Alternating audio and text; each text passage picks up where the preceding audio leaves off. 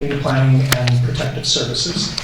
And I would like to begin by acknowledging that we are on the traditional territory of the Coast Salish people, and particularly our near neighbors, the Chiano First Nation and also the South First Nation as well. And so with that, I would like to call to order the community planning meeting for Monday, March the 13th. And can I ask if there are any additions to the agenda? And there is one. It is a pink that I sent out today, and we'll cover that in the Councillors update. So, hearing Marilyn. Move adoption of the agenda. And a seconder, please. So, Councillor Rep. And all in favor of adopting this agenda? And opposed? None. So, thanks. Now, we have a presenter from Vio Mitchell, who's going to talk about Metchosin Days. Now, one of the things I'd like to do after the presentation is reserve some time for discussion with Council about what Vio is going to tell us. And I have a feeling that Vio is going to want some form of direction from us in terms of Metchosin Days. So, and I was talking with Tina earlier today, and she felt that we could do that if we decided there's a motion needed. We could do that right after Vio's presentation. So if I could, I would call Vio Mitchell up. Thank you very much for being here tonight. Great, thanks. Thank you, Mayor and Council, and thank you, Councillor Shukin. I'm actually joined here tonight by three members of the Metchosin Day Committee, Helen Fletcher, Jill Peterson, and Judith Van Manen, who will correct me if I miss anything. First of all, let's just talk about Metchosin Day for a minute. It's first and foremost a community event. It's been a time to celebrate and share everything that's great about Metchosin. Now, as you all know, the Metchosin Day has grown in size and complexity since it was first established as a picnic in 1964. With the pandemic, we were obliged to cancel the event in 2020 and 21. And in 2022, we were keen to relaunch Metchosin Day, but we were unable to secure viable alternatives for parking, given losing access to the field next door, and we really didn't have time to rescope the event. So over the past year, we've been on a re-envisioning exercise. We've had several meetings, including an open re-envisioning session in this chamber last October. We've received lots of suggestions and ideas by phone, by email. So what I would like to do tonight on behalf of the Metchosin Day Committee is to share a proposal for what we're considering a scaled back event. And we propose to call this event the Focus on Metchosin, and I really want to thank Barb Sawatsky for that suggestion. Our proposal is to hold this event on Sunday, September 10th, the regular day of Metchosin Day, from roughly noon to 6 p.m. And the focus is really around children, families, and agriculture. We're assuming that the producers would maintain their regularly scheduled event market, as well as the old barn books. So what's in this new Metchosin, Focus on Metchosin? Well, the family events, the children's games, the digger, the junior firefighters, the water tank, the chicken bingo, the hay rides, the sheep shearing, the pigs. We'd keep the contests, the pet show, the pies, the veggies, the photography, and the baking. We propose to have Metchosin not-for-profits only. That would be the preschool, the church, the 4-H, the APRM. This would be a venue for awards, the community awards. We'd continue to have the entertainment, the stage. Helen Davies manages that and does a fantastic job. For food, we propose the Scouts. This is one of a major fundraiser for them. The Galloping Goose sausages, the snow cones. Perhaps the MCA would like to do their cobbler cafe. But the main centre would be the salmon and lamb dinner. We would preserve that. And what would be different as well this year is we'd make a really active effort to increase donations, probably drawing from the experience of Moss Street Market and others. We could even entertain, though I'm sure there'll be pros and cons whether we do a 50-50. But what's out? Well, sadly, we've actually decided that we'd probably remove the vendors entirely. The reason for this is there are many opportunities for vendors now in Metchosin. There's the very successful merrymakers. It's also the vendors tend to occupy about 300 or so parking places. You have to remember we have well over 100 vendors. It's also the most complicated part of Metchosin Day to organise. We'd eliminate the beer garden. That's not going down well with some quarters, but we also have Mile Zero in the village square.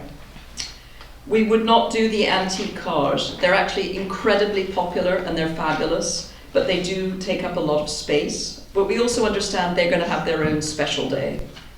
We'd eliminate the food trucks, so more people would buy from the scouts, etc.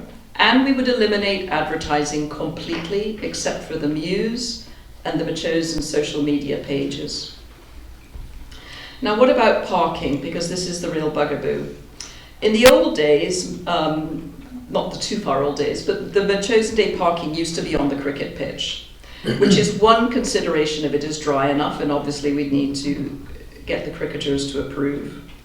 We would like to use the old school grounds. That's roughly 200 places.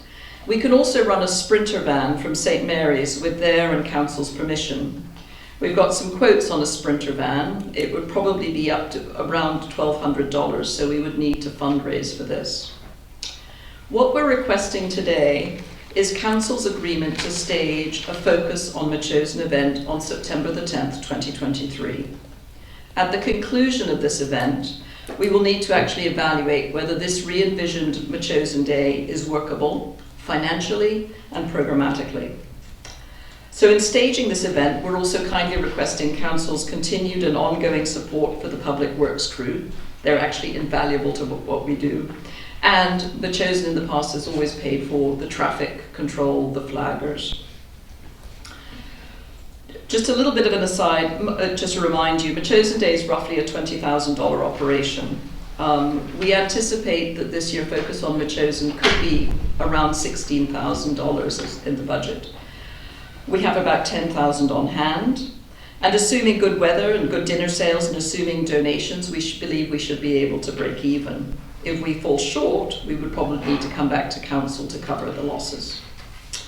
It's important we get our steer in the next week or two, or perhaps after this meeting, as unfortunately, since COVID, you actually have to pay upfront for a number of services, like your toilets and your waste, etc. So we need to get those locked in quickly. And pay for them up front. I just want to underscore, this is really an experiment. It may not work. We may find that we're unable to provide ample and safe parking. We may find the event is too popular. We may find that it's not financially viable, particularly as we seek to limit advertising. On the other hand, it may well be that a scaled-back, low-key event is possible, and we believe there's strong community support for trying this out. And I think we really won't know until we try. So very happy to answer any questions, and once again supported by various members of the committee who are here with me tonight. So Great. Thank you. Thanks very much, Theo. Now, committee, I would like to ask if you have any questions for Theo. Go ahead. Well, I don't really have a question, it's more just a comment, but I think it's a great plan. I think we never know what's going to work or not work until we actually try it. I don't think there's any problems or issues that really can't be overcome. I think, I know there's been a lot said about parking, but you know what? People just figure it out, and it seems to work. I just think, I think it's wonderful. I think to re-envision something, it might take a little while to get it all sorted, but we'll never know until we try. Thank you. So, Theo, I have a question. You mentioned risk associated with this event, and there's one financial, and I thank you for laying that out for us so we have a sense of where that is.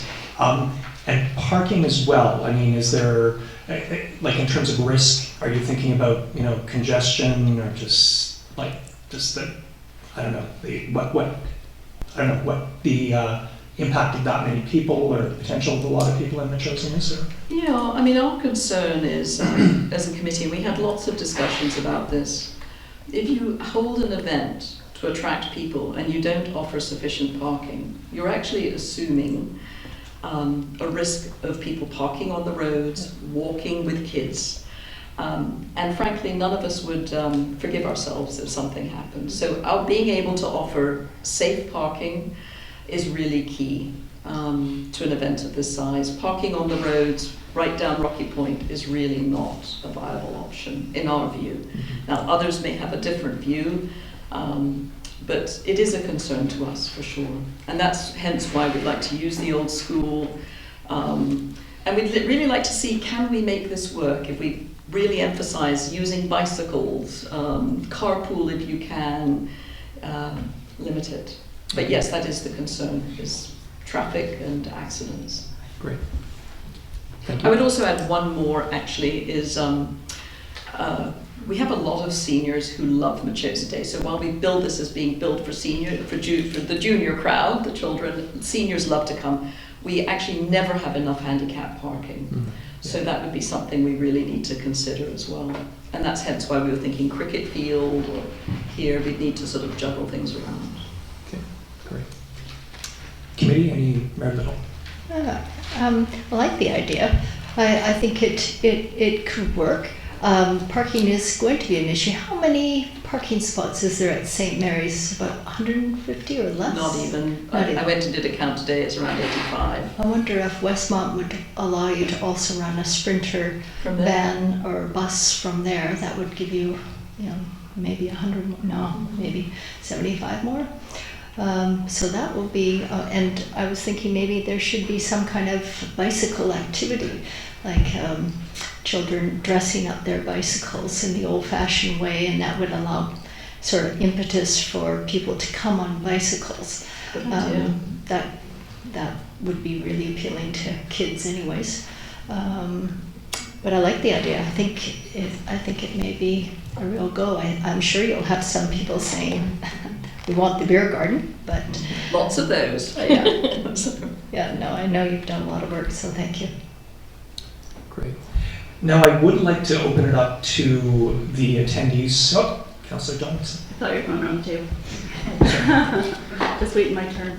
I think it's a great idea, and I heard lots of different options for things. The only thing I'm not clear on is if you're having parking on the cricket pitch, where's the actual fair?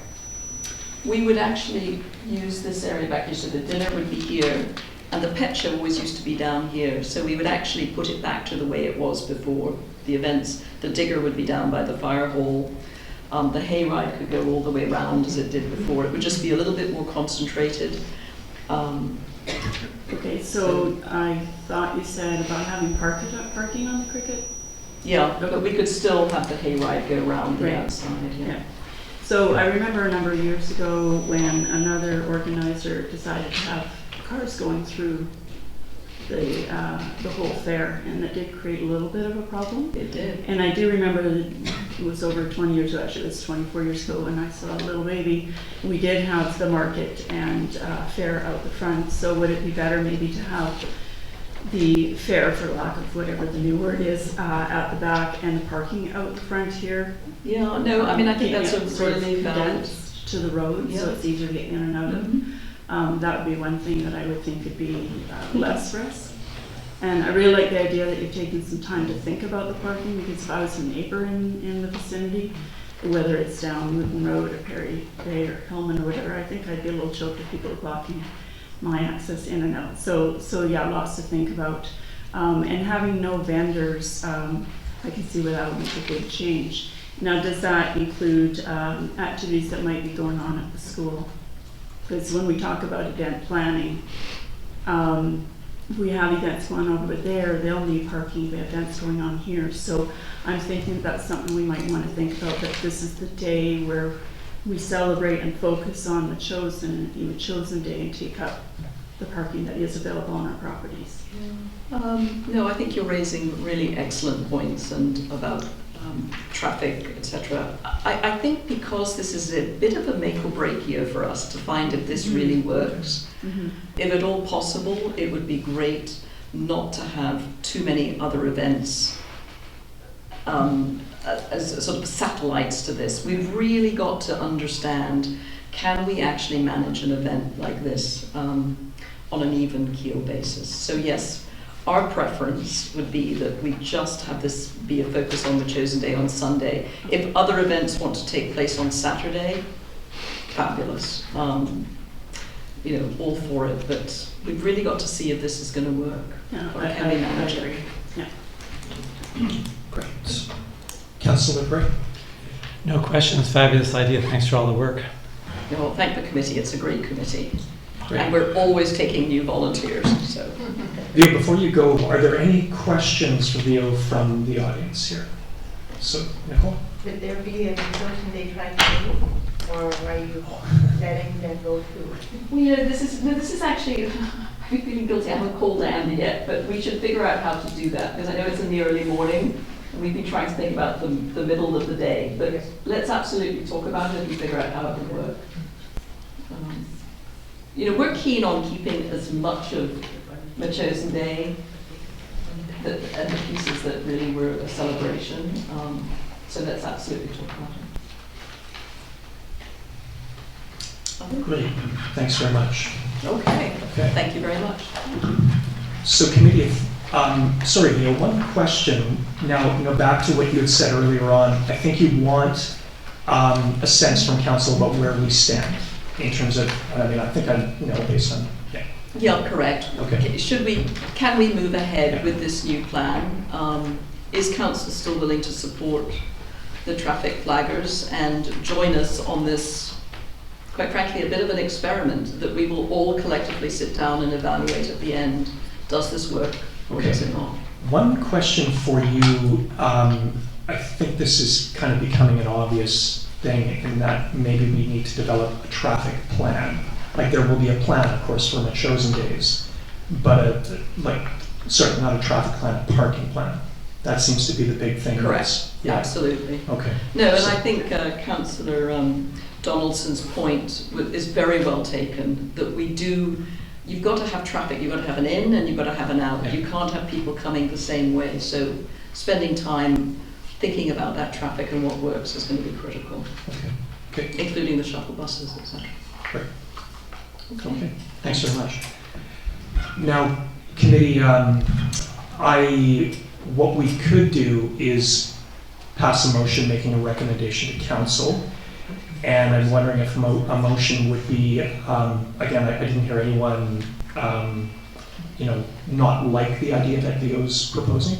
So we could do a motion to approve Metchosin Days for September 10th, Metchosin Day for September 10th, on the condition that a suitable parking plan be developed for the event. Any other thoughts or Councillor Johnson? So as we're working on an event plan for other events, I think that parking plan, Leo already talked about, toilets, all those sorts of things. It's already a well-functioning group of planners as it is, and just readjusting things. I think if we could have it in writing what the district actually has in mind for where the parking plan is due, so we're hand in hand. Okay. What's the other things to say? I also support the idea that we provide the flaggers Okay. as risk management.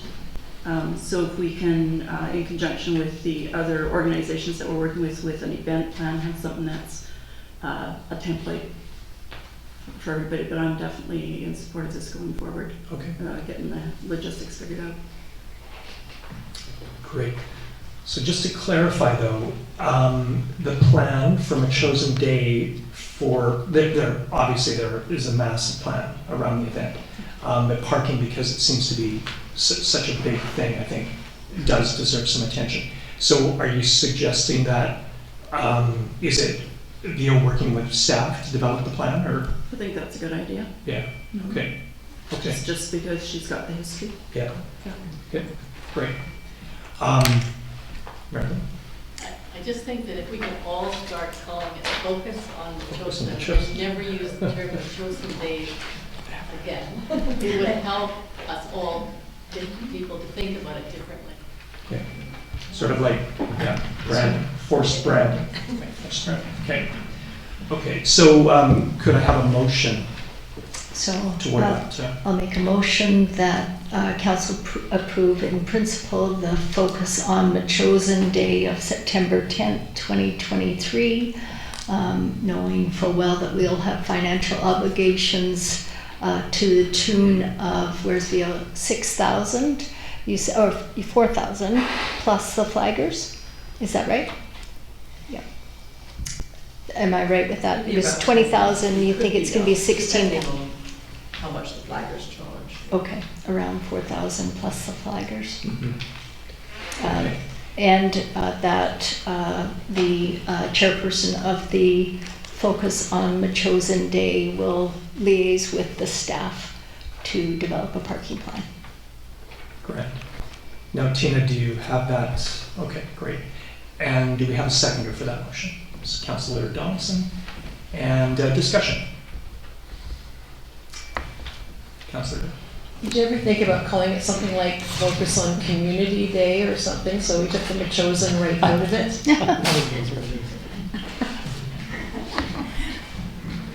I can take it back. Thank you, Councillor Rapp. Any other comments? Councillor Greg. Mr. Craig. Thanks, Councillor Schuken.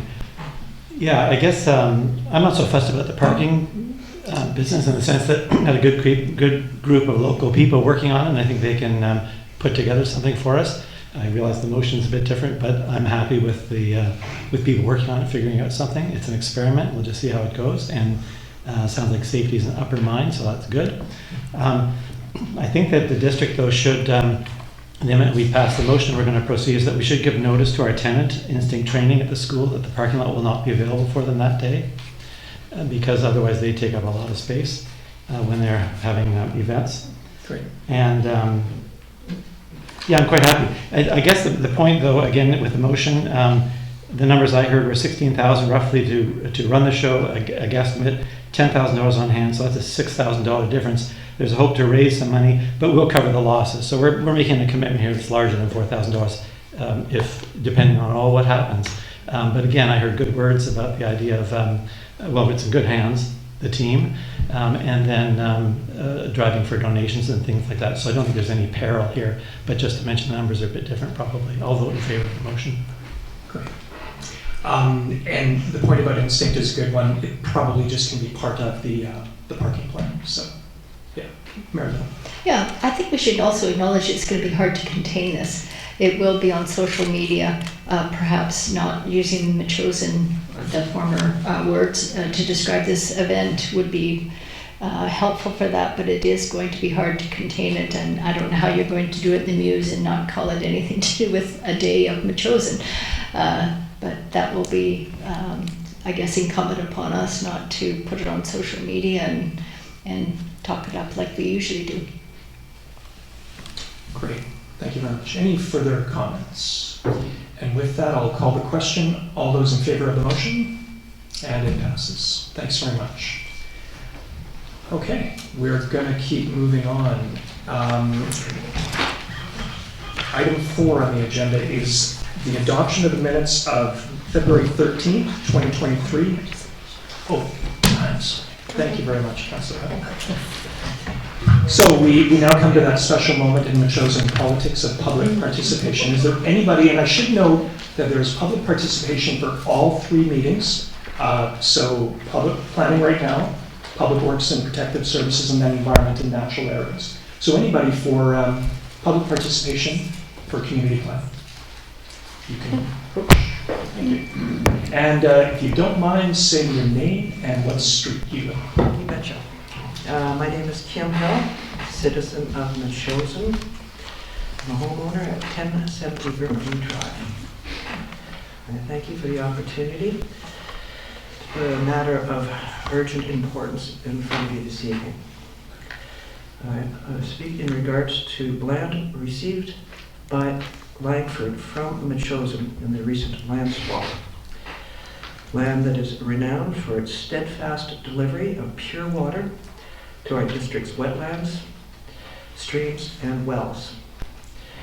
Pure and steadfast water that our citizens and our natural resources rely on. As told by the district of Metchosin, that this land swap was going to be a win-win for everyone concerned.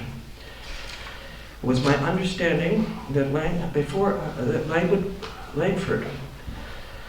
would deliver a comprehensive water management plan to Metchosin before changes to the drainage system were allowed to commence on these land swap plans. Unfortunately, this has not been the case. The resultant situation needs swift attention. It is my considered opinion that Metchosin should contact Langford immediately, inform them that the clear cutting, removal of bedrock, and the intensive employment of heavy equipment has resulted in uncontrolled abstraction of natural overland water flows, water patterns, more importantly. This is unacceptable. We have valuable water-based assets downstream. Careful maintenance of natural water flow patterning upstream is essential for their health. I believe we have sound reason to suspect that our groundwater recharge system is also being put at risk, especially in the light of bedrock removal being undertaken. I believe that children should inform Langford immediately of this, as well as to make it clear to them that we are serious about protecting our downstream water rights and our natural assets. I would suggest that we tell them respectfully but firmly, demand that before any further changes are made to the landscape, that we want to see a comprehensive water management plan for our inspection and our approval. Simply put, tell them to cease and desist work until we can make sure that their community plan does not wreck ours. It's not unreasonable that we demand such a thing. A comprehensive plan encompasses all facets of a water system, including the water supply, stormwater, and wastewater management planning. In large-scale projects such as those proposed on our northern border, it is totally a normal expectation to have these factors worked out and agreed upon by all parties concerned long before there are shovels in the ground. Further to this, I believe it is extremely important that Metchosin bring professional expertise on board so that we can assess what they have in mind in their water management plan. Making sure that we are in agreement. A hydrologist with a working knowledge of freshwater biology would be an ideal choice for a professional that we have available to have. We need a professional.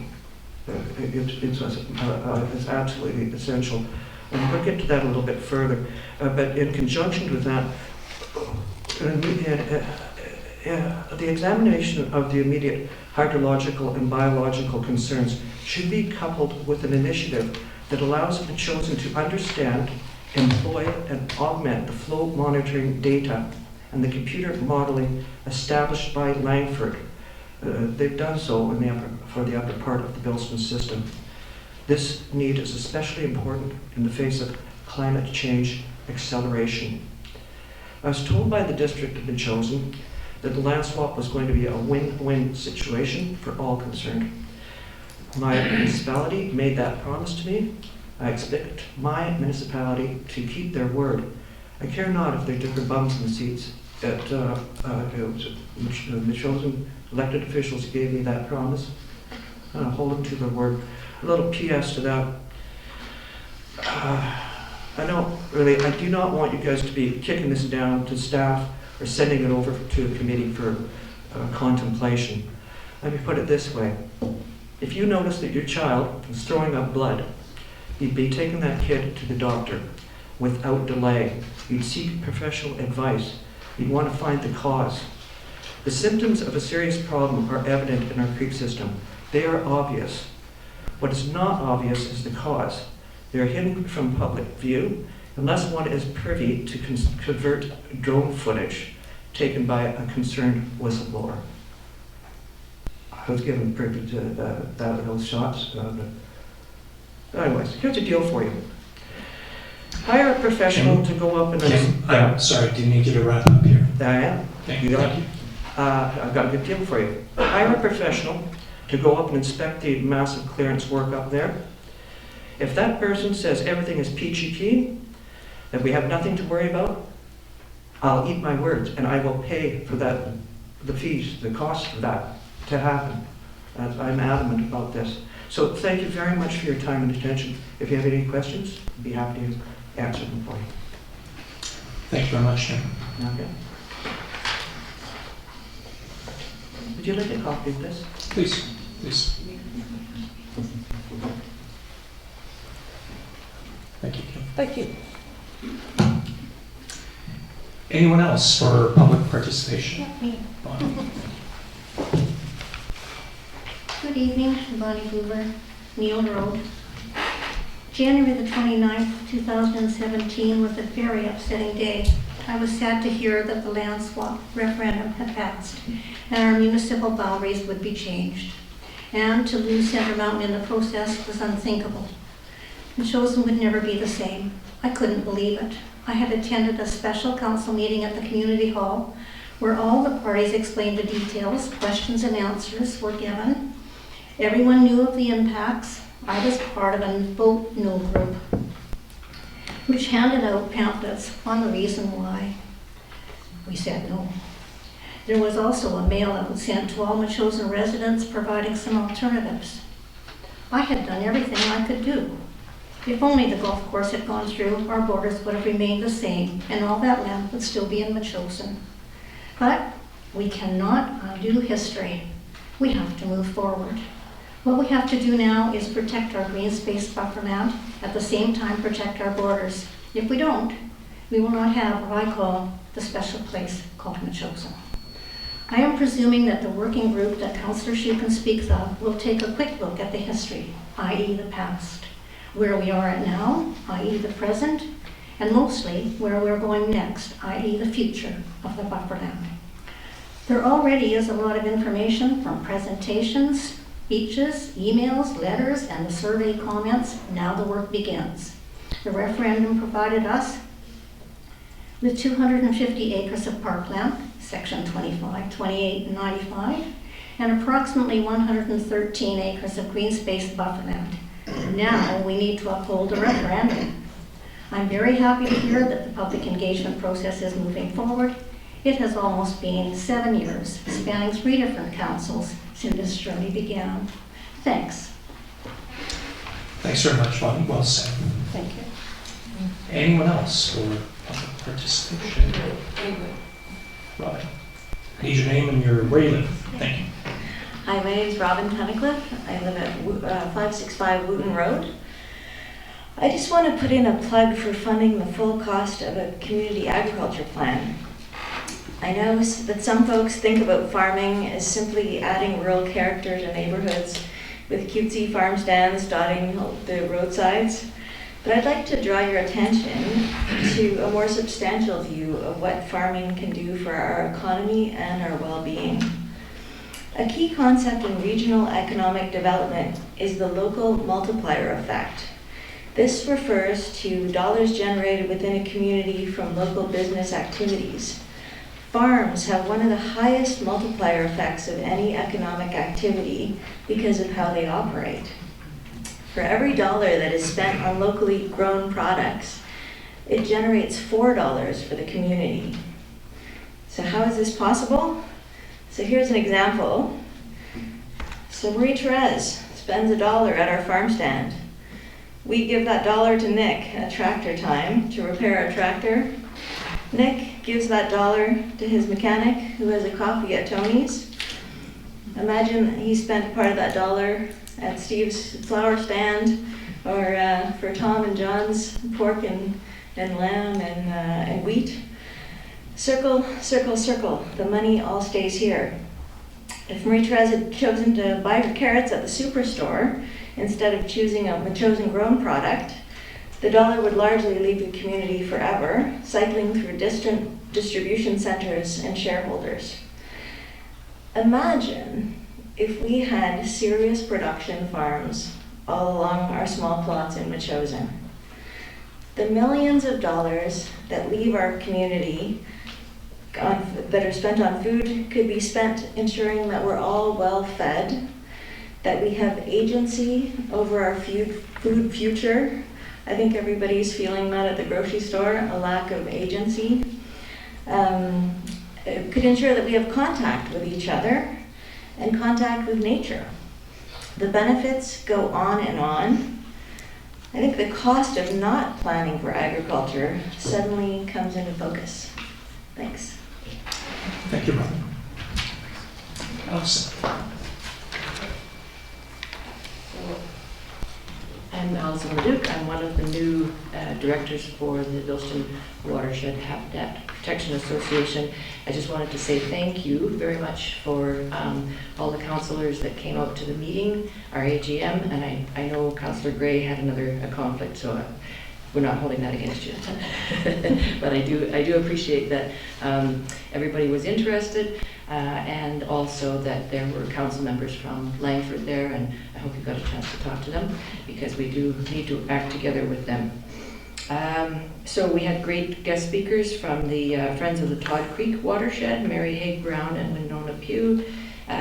We had presenters from Metchosin and Langford talking about how crucial it is that we work together to try and protect our watershed and figure out what we need to do, because it is under extreme pressure. I think I'll just leave it at that. I just wanted to thank you and encourage you to keep in touch and to also have discussions with your counterparts in Langford and in Colwood, because there's a little bit of the watershed in Colwood. Yeah, thank you. Thanks very much, Alison, and congratulations on a great AGM, and I expect we'll be hearing more from the association. Yeah, thank you. Gary? Thank you, Jim. Gary Smurfit, 3950 Gilbert Drive. I forgot to bring my glasses up, so we'll have to bear with me here a bit, but I'm sure you're all aware that the development that's proposed adjacent to our buffer lands includes 344 residential dwelling units. The majority of them that aren't townhouses are those little Langford mini lots. If you've looked at the plans, their preliminary plans for subdivision application show some areas have over 6 meters, as Kim referred to, of change in existing grades. That's bound to change the drainage patterns. You have a covenant on our property that says we are supposed to receive a stormwater management plan before any development goes on the other side. The stormwater management plan, I would assume, as the standard practice is, would be reviewed by the district. Comments would be made to Langford. When Langford is happy with the plan, they would send it back here. There would be drawings approved, stages set for it. Then the district would give them permission to come onto the district's land to build it, and there would be inspections and reports and ongoing monitoring of it, I would assume, would be built into the design. That's a heck of a lot of stuff, and yet they're up there clearing and blasting and making a hell of a mess, pardon my English. But I just wonder has the district even received preliminary subdivision application for comment here? Has it been submitted to us? I asked the approving officer for comments. No, we haven't seen any. So, in my 18 years of experience, that's normally the thing one would do, is that you would send it to the adjacent municipality when you're bordering and planning on using their land for part of the stormwater management of the subdivision. And in the preliminary application comments back from Langford, it states that they're looking forward to seeing what's going to be done with stormwater.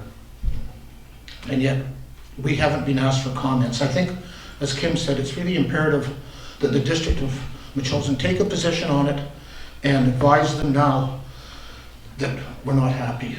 And if need be, we get the legal, spend some money, get lawyers to review that document, because in it there's clauses that allow you to issue orders and things like that, all the legal whatnots.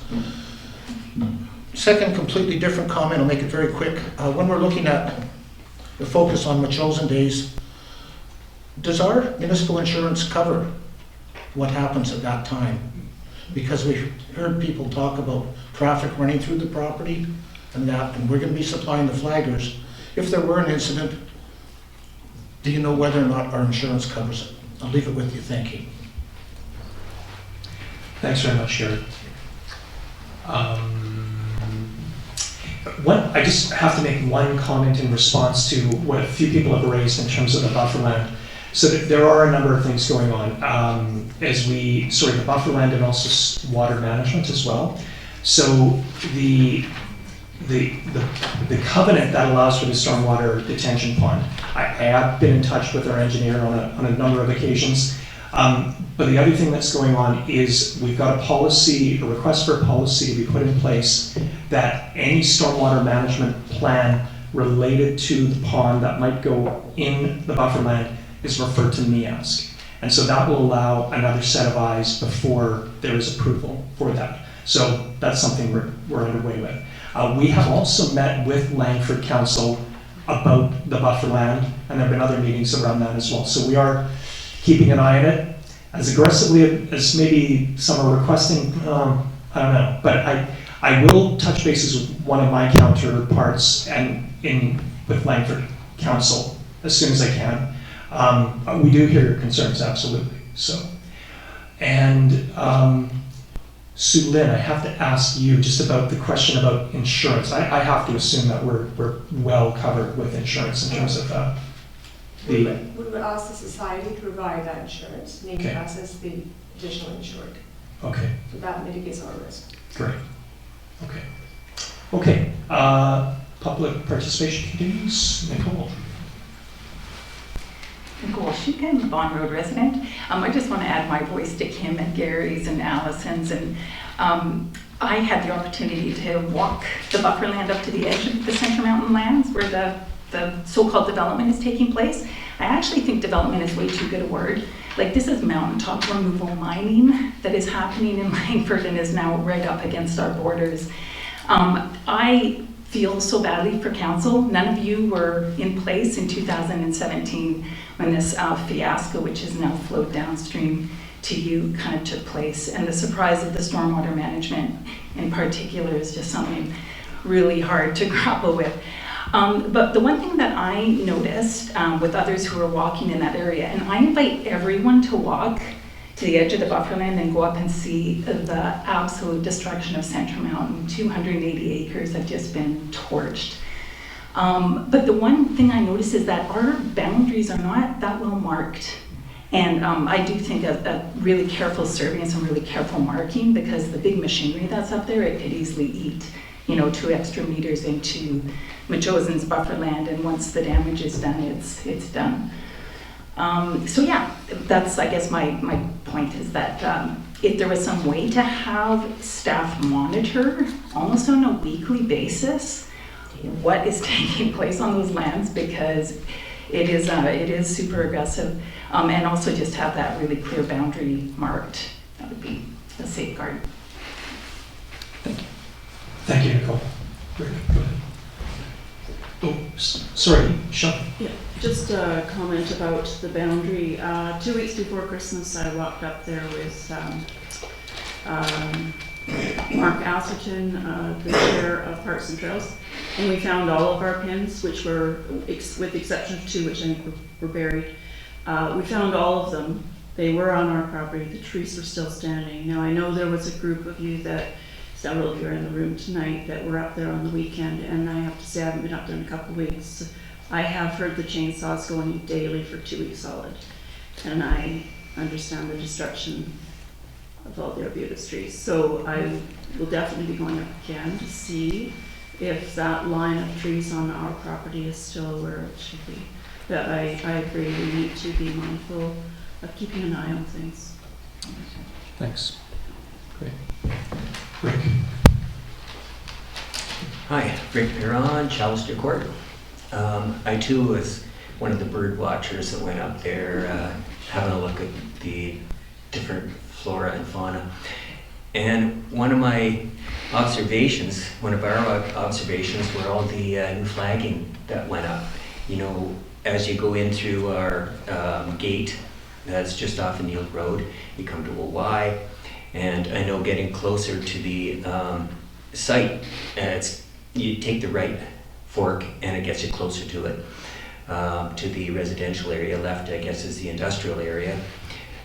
And there are, looks like pretty fresh markings, sorry, not markings, but flagging that's up there, as well as on some of the rocks, there are crosses that have been engraved in there, and then it has been spray painted in fluorescent paint. So somebody's doing some surveying in there, and I'm wondering if there's a permit for it, or if anybody knows any information on why that has been going on, and what exactly is that for? Is this like the surveyors from Langford coming in and see what they can do in the way of storm management, stormwater management? It's good to know. And there is devastation up there. It's been completely devastated. All the trees are down, and of course soil removal is going to happen there. So when you remove the soil and the trees, there's going to be absolutely no means in which to capture the water that comes down, and so it's going to flood. I mean, they're going to take care of all that flood water, I guess, but that means it's all coming into Metchosin, all of it. And so not only that, but there's the creatures in the trees, and those that depend on forests are no longer going to be able to live in that area, so they're all coming into Metchosin. I mean, we can greet them and welcome them. I think that's a good idea, but there's going to be a lot of ecosystems that are going to disappear because of it all too. Yeah, I don't know if this is the right committee meeting, but it seems like we're at it now, so thanks. So anyways, if you can find out about the markings in there, that would be wonderful. Yeah. What all that flagging is all about. And it is new. I have seen exactly what you're talking about, the X's painted on the rocks, and it almost looks like there's a little divot in there as well, so maybe it was surveyed. I will connect with our engineer on Thursday and ask him what he knows, and get a little bit more clarity on what could be happening, and is there a permission that's needed. So, yeah. Okay, thanks, sir. Okay, Nicole?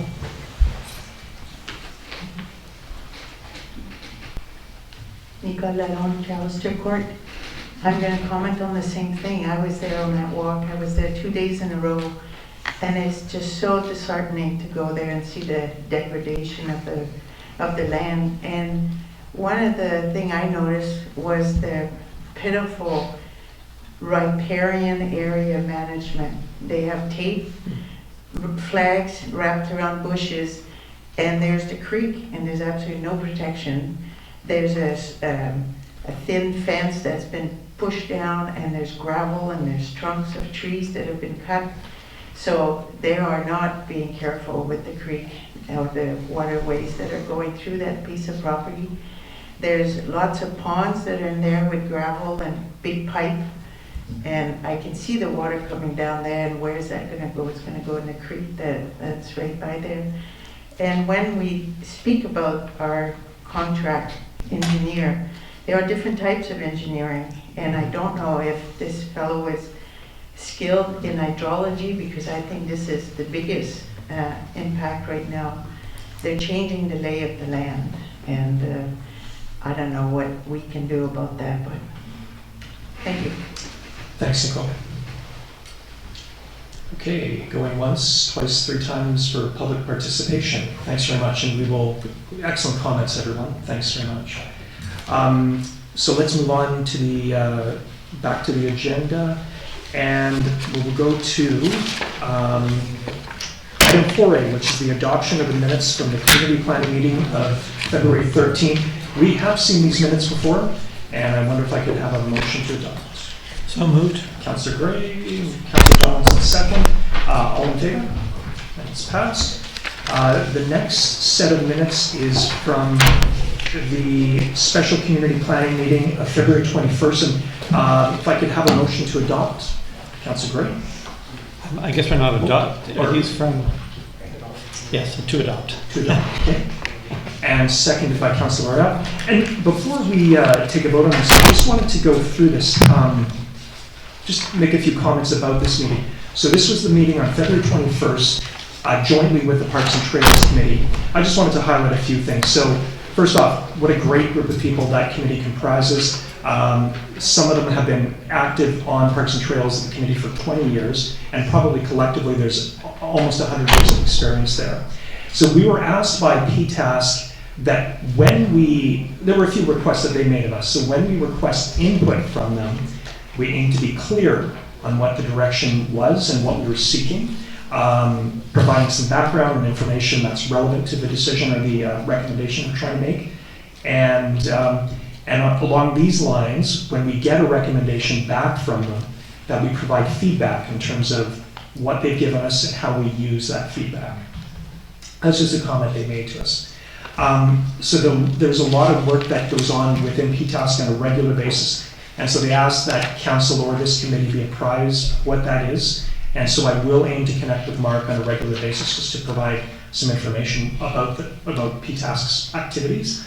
I can tell you in terms of that Mark met our new trails coordinator on the weekend, had a good meeting with him, Ryan Carter, and he seems to be set to take on that role. So, and collectively we talked about roadside trails, about more opportunities for parks and trails, and there were discussions about technical matters like invasive species, sign replacement, dangerous trees, etc. So overall a very good meeting. So.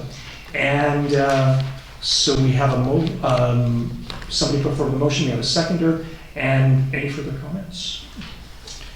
Well, maybe I just add to that the other comment that Mark Atherton made or was discussed was this issue of undeveloped orphan parks that we may want to review. And it probably there's lots going on right now, but during the term here, I think that the notion of adding funds to our park acquisition fund or taking a look at that land sounds like a great idea. Very much, yeah. With no further comments, I will call the question. All in favor of adoption? Thank you very much. Okay. We now go down to reports. And so item number 7, Councillors' update. I will try and make this as quick as possible. So first item, the Bufferland Working Group, as Bonnie has mentioned, that was approved at our last meeting in terms of reference, and so there is now a recruitment process underway. And if anybody is interested, we just need a simple email from you. You can send it to mayor and council, and stating your interest in some of your qualifications. And it is council that selects the working group, and it is up to 9 members, but 2 of those members are Councillor Donaldson and mine. The application period ends on March 27th. So, the Weirs Beach Trail. So we have talked about this at council. PTASC has also picked this up as well, and there's a subcommittee that's formed. So we have met with a number of the residents, especially those living in the area, right alongside the trail. We talked about a number of things in terms of trail access, improving safety, but also especially parking and traffic management. So just some preliminary discussions have been held to date, and there'll be a report coming probably to PTASC first, then this committee, and then to council as well. So have the great pleasure of participating in the cleanup on March the 4th. And excellent event, and thanks. I know there were a number of people here who came out. And one of the interesting things about this event is you get a kind of a socio-demographic profile of Metchosin. So, for example, we would go up the one side of the street and we would find nothing but Tim Hortons, and there's somebody that has a penchant for little mini cans of 7-Up. But coming back down the street, it was all McDonald's. So, anyways, but thank you very much to the fire department for organizing that. So, events of note, as Allison had mentioned, the Bilson Creek Watershed Habitat Association had its AGM. There were 70 people there. It was an excellent event and fantastic turnout. Tomorrow, there is the AGM of the APRM, and that will feature a talk by Thomas Homer Dixon. That's in the the Metchosin School gym. It's one of the first, it is the first event in the new gym. On Wednesday, there is an open house hosted by about the Tummock Treaty negotiations. That's from 4:30 until 7:30 at the community hall. And then that night, there is a presentation by Dr. John Lutz of the University of Victoria, and the presentation is titled, Is This Unceded Land? An Introduction to Vancouver Island Treaties. Now finally, I just wanted to touch on the Growing Communities Fund, which Mayor Little and the Honourable Mitzi Dean informed us at the March 3rd council meeting. So we've all learned that Metchosin will receive $2.4 million from the Growing Communities Fund, and we're now awaiting more information about the fund, how it can be used, the reporting requirements. I'm particularly interested in how much time we have before we have to start or have to spend all the money. The information that we've had to date about what you can use it on seems to be very broad, and that's pretty wonderful. And I think the one mandate is just there for the district to serve its residents and serve the people who live here. We've heard a few little comments about fiscal accountability, and there's word that maybe the individual initiatives will have to be posted on a website somewhere, so that'll be interesting to see. And we will be having further discussion with the community about how to use the funds. There is a strategic planning process underway with council right now. We're hoping to wrap that up in the next few weeks, and that will allow us to sort of have more dialogue with the public. So, great. That, Marilyn. Going back to the Tummock Treaty Association, the open house on the March 15th, I encourage all the community members to attend. Councillor Donaldson and I attended the Souk event, and so what you'll find is multiple boards distributed within the Metchosin Community Hall. There'll be facilitators at each event, so you can ask lots of questions, and the whole treaty process is explained, why there is a treaty process, and then specific areas. So I encourage all of Metchosin to attend that. It was a very good event in Souk. Great, thank you very much. We'll now move to item 7B, which is a development variance permit for 4990 Ireland Place, which is in the Arden Road area.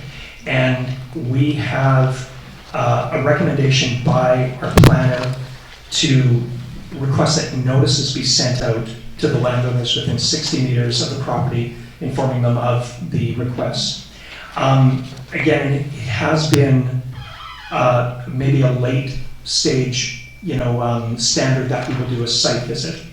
Now, this DVP seems to me pretty standard. It doesn't seem like there's anything too odd or complicated about it. It has to do with the designation of front yard and side yard, and if it was reversed, they wouldn't need to be coming to us with a DVP. Still, I believe it is good practice for council to do a site visit, and I'd be interested in doing that. So, any further comments on this application at this stage? We will have a chance to talk about it further. Councillor Gray? I just wonder if we have any idea the size of the building? As in square footage, and I don't mean that's a surprise question, just something that we should sort out before we look at the permit in finality. Yeah, no, that is an excellent question. I don't see it here. There are some drawings here. I just didn't measure them up and all that, but it's probably someone could tell us. Okay. Councillor Shukin, I think there's somebody in the audience that could probably tell us. It's less than 2,100 for sure. 26 feet by 32 feet. 26 by 32. Okay. Thank you very much. Is it one? It's a single floor? Storage loft above. Thank you. Okay. And sorry, your name? Hans Ragnar, the owner. Okay, great. Thanks. Okay. So there's drawings on page 22. Exactly. Yeah. Great. So with, Councillor, Also move the recommendation and add that, that ask staff to schedule a site visit. great. Do I have a seconder for that? Councillor Donaldson. And any discussion? No discussion, we call the question. Those in favor? And that is carried. Thanks very much, Tina. So, sorry, two things. We will have the notices distributed and we'll work with the owner to find a time for a second. So, great. Thanks so much. Okay. We have no correspondence, bylaws, or other business, and if there's nothing else, I will request a motion to adjourn. Motion to adjourn. Mayor Little and Councilor Donaldson, thank you very much. All in favor of adjournment? And we adjourn. Thank you.